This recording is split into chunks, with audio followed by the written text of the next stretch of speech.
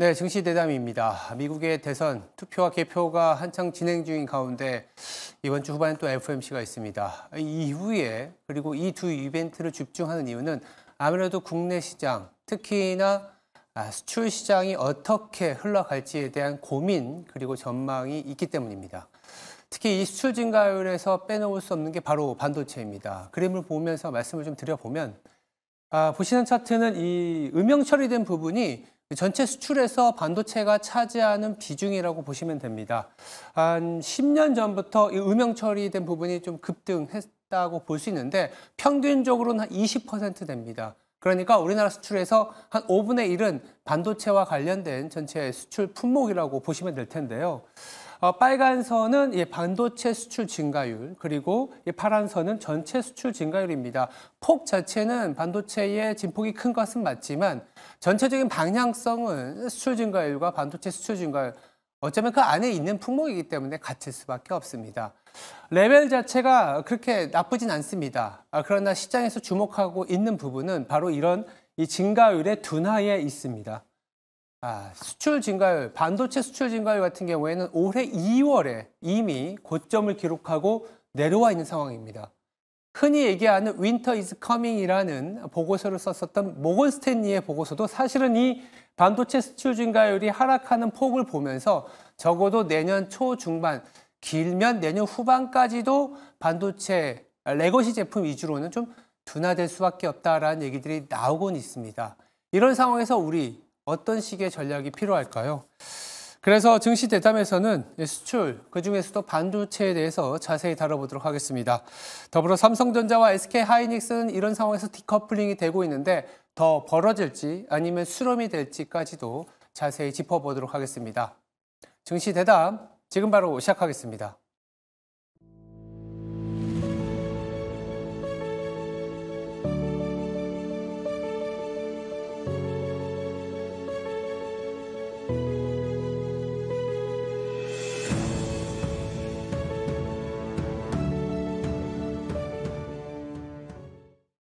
네, 증시 대담 이어가겠습니다. 자리에 김장렬 유니스토리 자산운용 투자전략본부장 나와 있습니다. 안녕하세요. 네, 안녕하십니까. 네. 짧게나마 지금 우리가 하고 있는 시간에 슈퍼마이크로 컴퓨터 문제 기업이죠. 실적이 나왔는데 아직 회계 감사가 끝나지 않았고 그러게 말입니다. 잠정치도 아직 정확하게 안 나온 모양입니다. 일단 어떻게 봐야 될까요? 뭐 상장 폐지를 경험했던 회사이고 그 문제가 이슈가 돼서 계속 이렇게 늘어지면은 상장 폐지 다시 한번 안 되는 법이 없지 않겠습니까? 제가 법적으로는 정확히 모르겠습니다만은 폐지가 아니라 하더라도 신뢰가 많이 잃어서 경쟁사한테 수혜가 갈 가능성이 높다. 경쟁사 몇 개 있죠. 델이라든지 HP 이런 쪽의 주가하고도 연동돼서 역비례로 보실 필요는 있다라고 보시겠고요. 네. 손실 구간이 아니고 손절매 다 갔으면은 버리시는 게 맞죠. 버리셨던 게 처음에 그 뉴스가 나왔을 때 버리는 게 맞았다라고 판단이 됩니다. 알겠습니다. 슈퍼마이크로 컴퓨터 때문에 엔비디아가 잠시 주춤된 건 사실이긴 한데 매출의 일정 부분 지금 차지하고 있기 때문에 근데 이번에만 불거진 게 아니고 그리고 슈퍼마이크로가 아니더라도 매출은 나올 수 있기 때문에 그렇죠. 뭐 실적 자체는 쿠팡이네요. 네, 죄송합니다. 네. 속보기 때문에 슈퍼마이크로인 줄 알고. 그러면 이제 본격적으로 좀 증시 대담에 들어가서 우리 증시에 대한 얘기를 좀 해볼 필요가 있을 텐데 반도체 얘기를 하기 전에 전체적으로 시장 분위기를 좀 살펴보겠습니다. 최근에 이번 주에 가장 중요했었던 이벤트가 금투세 폐지. 네, 맞습니다. 이로 인해서 코스피는 좀 올라갈 수 있을지. 네, 당일에는 좋았어요. 그렇죠. 맞습니다. 네. 2% 코스닥이 많이 빠졌기 때문에 3% 올랐고 코스피도 한 1% 후반대 갔었고 어저께 잠깐 주춤했는데 뭐 당연하겠죠. 그저께 일어나고 나서 어저께 나갔던 사람들이 바로 들어오지는 않았을 수도 있기 때문에 그렇다고 보여지고요. 그저께는 바로 그 뉴스 받고 나서 계신 분들이 이제 들어올 거다 생각해서 들어가신 거니까 이제 뭐 이번 주 지나면서 자리가 잡을 것 같은데 말씀하신 대로 일단은 그 하방은 올린 거 맞을 것 같아요. 왜? 파는 사람이 별로 없으면 줄어들면은 그러면 많이 안 내려가지 않겠습니까? 그래서 저도 지금 원래 갖고 있는 저의 뷰는 2,400에서 2,710 정도의 코스피를 갖고 있었는데 이 하단은 높여야 될 것 같아요. 근데 이슈는 위로 올라갈 것이냐, 얼마나 더 올릴 것이냐는 건데 그거는 이제 이번 대선과 또 중국의 전인대 부양 이런 것도 상관관계 있는데 봐야 될 것 같고요. 삼성전자에 대한 건 단기적으로는 별 변동이 없더라도 특별히 많이 안 빠진다는 가정이 필요하고, 그 다음에 밸류업 지수, 우리가 상법 개정으로 연결될 수 있는 고리가 그게 이루어지도록 시간이 오래 걸릴 수도 있습니다만 또 결단을 하면 빨리 될 수도 있고, 이게 예측이 좀 불허하거든요. 방향성은 맞다 하더라도 여러 가지 이해관계가 많기 때문에 쉽지 않다는 의견도 만만치 않고, 벌써 여당하고는 또 의미가 좀 다르게 다가오는 면도 있잖아요. 이래서 이제는 그 금투세의 근본적인 거를 폐지를 하게 되는, 아직 확정은 안 됐지만 그런 방향으로 야당의 대표가 얘기한 그 취지에는 이젠 상법 개정하고 연결되는 게 고리가 있기 때문에 그게 연결이 안 되면은, 빨리 안 되면은 더 확대되는, 진정한 의미의 대한민국 자체의 밸류를, 기업적인 측면을 건드려서 올라가는 밸류업에 대해까지 주가가 녹아 들어가기에는 좀 시간이 걸릴 수 있지 않겠습니까? 그러면은 거꾸로 그게 되면은 상당히 높아지는 거고 쉽게. 그렇지 않으면은 그거는 아직은 희망으로 갈 수 있기 때문에 여론은 놓되 상단을 이것 때문에 금투세 하나만 가지고 올리는 건 만만치 않고, 오히려 미 대선과 전인대 외부 상황을 좀 더 보시고 한국의 핵심인 지금 말씀한 삼성전자, 하이닉스가 어디까지 안 빠지고 어디까지 더 가고 이런 거를 컨비네이션 해야 될 것 같다고 보여지기 때문에 상단을 높이는 건 조금 더 지켜보겠다는 제 개인적인 생각입니다. 그렇죠. 금투세가 도입이 되게 되면 수급이 빠져나가는 거는 맞지만 금투세가 폐지된다고 해서 기업 실적이 올라가는 건 아니니까. 그건 아니죠. 이게 그러니까 참, 야, 금투세 때문에 빠졌는데 그럼 금투세 폐지하면 올라가야지. 이게 좀 다른 것 같아요. 금투세 시행했으면 어떨까요? 시행했으면 하단이 내려갈 수도 그렇겠죠. 있죠. 그게 안 내려간다 이렇게 보셔야 됩니다. 예, 수급적인 어떤 마이너스 효과를 조금 소위 말해서 배제까지는 아니더라도 완화시켰다는 측면에서는 하단이 조금은 하방이 좀 올라왔다. 네, 이렇게 봐야 될 것 같은데 네네. 금투세 폐지된다고 기업 이익이 올라오는 건 아니니까 네네. 상방에 대한 고민은 이익 내지는 자본을 활용한 주주 환원율이 올라와야 되는 부분들. 그러면 주주 환원이나 이런 부분들은 뭐 기업의 선택이나 시간이 걸리는 부분이고, 우리가 기대할 수 있는 거는 저도 이제 증시 대담에서 말씀드리려고 하는 거는 결국 반도체이지 않습니까? 네네. 최근에 SK 하이닉스가 그러다 보니까 엔비디아의 HBM4 좀 엔비디아가 좀 빨리 달라고 했다. 네네. 그만큼 매출이라든지 이런 것들이 더 기대 요인으로 작용할 수 있을 것 같은데, 그렇죠. 좋은 뉴스로 봐야 될까요? 하이닉스한테는 좋은 기회이죠. 예. 이걸 잡으면은 삼성전자가 HBM3E의 12단이 나중에 통과되든 말든 관계없이 우리는 그냥 고압 하면 되는 거거든요. 마치 미국과 중국하고 막 경쟁을 하는데 미국이 중국을 뭐 제재하고 할 필요 없이 자기네가 월등히 앞서 나가면 아무 신경 쓸 거 없거든요. 여전히 삼성전자가 빨리 치고 올라온다고 만약에 가정을 하면, 그럼 하이닉스의 목표 주가나 밸류에이션의 프리미엄이 언젠가는 다시 희석될 수 있지 않은가, 그런 약간 그런 걸 갖고 좀 가고 있는 건데, 보세요. HBM 왜 3가 아니고 4를 빨리 달라고 했을까? 성능이 달라집니다. HBM4부터는 16단이 들어와야 되거든요. 16단하고 12단하고는 그 칩의 그 스택할 때 이 간격에 대한 이슈가 되기 때문에 굉장히 기술적으로 도전적인 과제가 많은데 불구하고 16단에서도 삼성전 하이닉스가 기존에 해왔던 MRMUF라는 그 어드밴스드 본딩 방식을 추구하면서도 기존의 HBM3E에 지금 나가려고 하고 있는 12단 또는 16단, 그거하고도 수율이 만만치 않게 나올 수도 있다, 이런 얘기잖아요. 근데 도전이기 때문에 해봐야 됩니다. 예. 나는 만약에 이게 성공이 되면은 삼성전자가 내년에 중반 정도에 HBM3 12단이 나온다 하더라도 월등히 앞서가는 거게 되기 때문에 프리미엄을 받을 수 있는 가격대의 하이엔드 HBM은 계속 삼성이 가져간다는 거라서, 이거는 내년에는 모르겠습니다만 이게 되면은 내후년도 하이닉스의 업사이드가 있게 되면은 시클리컬한 주식이라는 것 때문에 PER이 7배, 8배밖에 못 준다, 내년 기준으로 이것이 없어질 가능성도 열어놨다라고 볼 수 있습니다.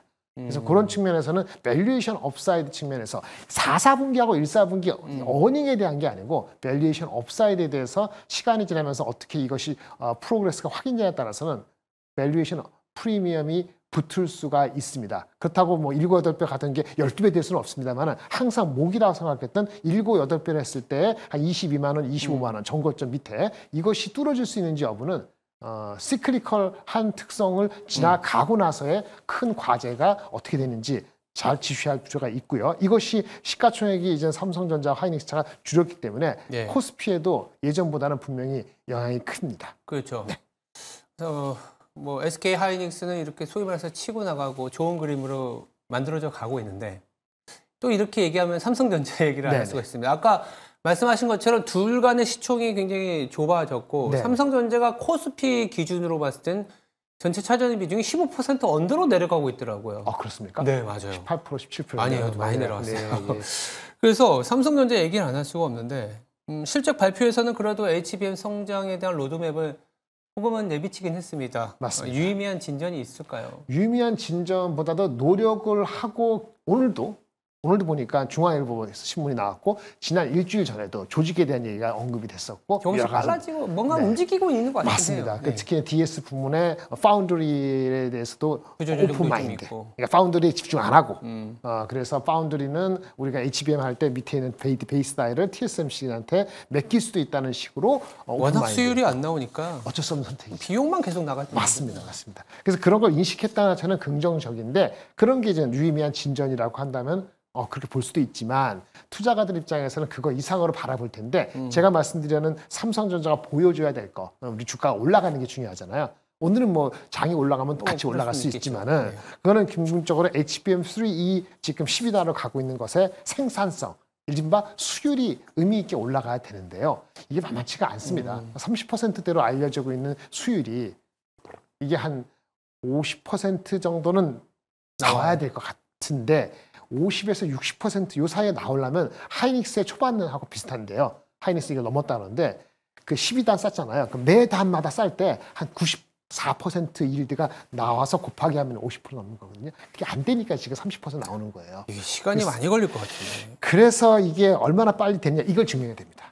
지금 4분기 실적이 안 중요한 건 아닌데 그것도 사실 랜드 때문에 삼성이나 하이닉스나 거기에 약간의 발목을 잡을 소지가 있습니다만 투자가들은 그 이상을 보니까 HBM3 생산성 수율 증명 그리고 일부 기사에서 나왔던 한 열흘 전에 나왔던 것 같은데 그것도 중앙 데일리 영자신문에 나왔던 건데요. 왜 한국신문에서는 그렇게 명명백백하게 큰 신문에서 얘기를 안 했는데 이른바 삼성의 같은 계열이라고 보는 중앙 데일리에서 지금 예. 매주 나오고 있는 것 중에서 특정한 인물을 거론하면서 핵심 이슈, 경영층 교체 여부를 포함한 구체적인 구조조정 얘기가 이번 달 중반, 보통 12월 달에 있는데 앞당겨서 발표할 가능성에 대해서 언급을 했거든요.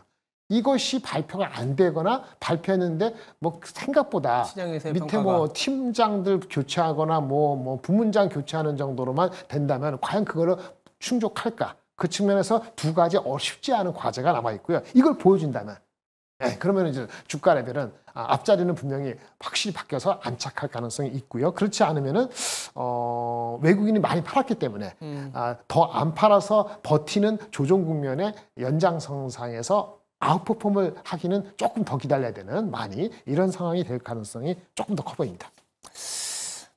삼성의 위기론, 뭐 삼성전자가 좀 고민이 될 때마다 사실은 좀 매수를 했었던 부분들은 위너가 됐었는데 이번에도 그렇게 될지는 말씀 주신 것처럼 어쩌면 이제 수율이나 전체적인 실적보다도 이 조직 혁신안에 따라서 네네. 그 그림이 어떻게 그려지냐에 따라서 방향이 바뀔 수 있다. 그래서 11월, 12월이 삼성전자나 삼성과 관련된 실적 이외의 내용에 조금 더 주목을 해볼 필요도 있을 것 같습니다.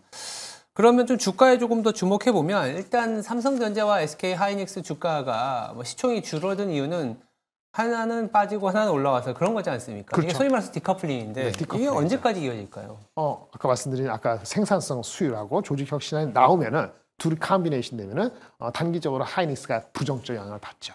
근데 거꾸로 그게 나오지 않으면은 하이닉스의 그 업사이드는 어저께 뭐 SK 그 AI 그런 기대감도 있기 때문에 네. 디커플링이 좀 더 이어질 공산이 더 커 보입니다. 주가적으로 따지면 삼성전자는 단기적으로는 6만 2, 3천 원이 목일 것 같고요.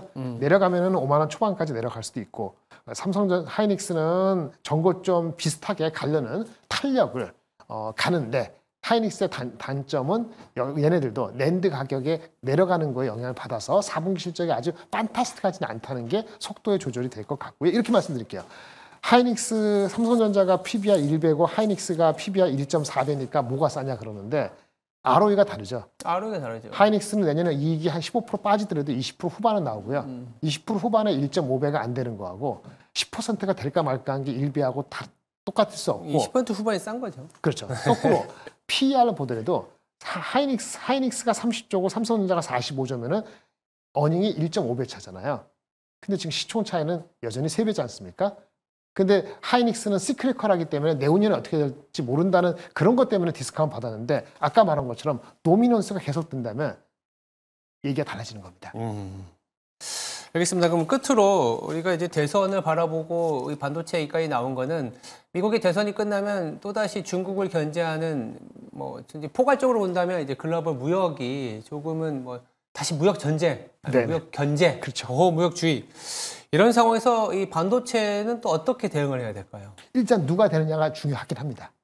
근데 전반적으로는 중립적인데 중국을 만약에 미국의 모든 장비 업체들이 뭐 어드밴스드 레거시 관계없이 하지 말어. 엊그저께 나왔던 그런 것이 진짜 임플리멘테이션이 세게 된다고 가정하면 누가 될지에 따라 다르게 합니다만 그렇게 되면 삼성전자 하이닉스한테 파지티브죠. 하지만 장비 업체나 소부장에서는 네. 우리도 중국에 익스포즈된 회사가 꽤 있기 때문에 그 회사들은 조금 조심하셔야 될 것 같습니다. 일단 소부장 업체들 중에는 중국 매출이 좀 상당 부분 있는 기업들이 있기 때문에 그렇죠. 그 부분은 조금 부정적이지만 SK 하이닉스 중심으로는 여전히 모멘텀이 살아있다. 네, 그거는 긍정적일 수 있습니다. 네, 지금까지 유니스토리 자산운용의 김장렬 투자전략본부장이었습니다. 말씀 감사합니다. 네, 감사합니다. 네, 간밤에 미 증시는 올랐습니다. 사실 대선에 대한 불확실성이 굉장히 커질 수도 있었겠지만 이 미국의 경기가 탄탄하다라는 소프트 랜딩을 시사하는 경제 지표가 발표되어 있기 때문에 3대 지수 모두 대선 그리고 FOMC를 앞둔 불확실성을 극복해내는데요. 간밤에 발표된 지표 중에 굉장히 중요했었던 게 사실은 또 ISM, 비제조업, 즉 서비스라고 할 수 있겠죠. 미국의 70%가 소비이지 않습니까? 소비와 관련된 지수가 상당히 좋았습니다. 이렇다 보니 미국의 4분기 GDP 전망치도 원래는 2.3%였는데 2.4%까지 상향 조정되면서 지난주 후반에 있었던 미국의 고용이 뭐 허리케인 영향도 있었다고는 하지만 쇼크 수준을 보였기 때문에 이게 하드랜딩으로 가는 거 아니냐라는 우려가 있었거든요. 이 우려를 불식시키면서 시장은 강한 상승을 보여줬습니다. 반면에 국내로 넘어온다면 미국은 미국 내 소비에 의한 경제의 회복 내지는 소프트 랜딩이 가능하지만 국내 수출은 여전히 하락, 즉 수출 증가율이 둔화되고 있습니다. 지난 4월 이후에 둔화되고 있고 그 중심에는 수출 비중의 20%를 차지하고 있는 반도체가 먼저 2월부터 하락을 했습니다. 그러다 보니까 수출 증가율이 둔화되는 상황에서는 그 안에서 피킹의 작업이 상당히 어렵습니다. 레거시 제품으로 하는 삼성전자를 비롯한 밸류체인은 조금은 힘들었지만 SK 하이닉스를 비롯한 신성장 모델을 탑재한 기업은 그나마 그래도 괜찮은 모습입니다. 그러다 보니까 이 압축 전략을 가져가야 된다. 즉 반도체에서도 이 고어트, 혹시 고어트라는 말 들어보셨습니까? 이게 염소가 아니고 이 greatest of all time이라 그래서 역대급이라는 신조어입니다. 뭐 스포츠 스타로 따지면 메시나 우리나라의 손흥민. 자, 반도체에서도 고어트, 이 염소가 아니고 역대급의 실적이나 성장을 가져가는 이 SK 하이닉스 중심의 압축 전략이 필요하지 않겠냐라는 그런 얘기를 좀 드리고 싶습니다. 지금까지 앵커 브리핑이었습니다. 오늘 하루도 성투하시기 바랍니다. 감사합니다.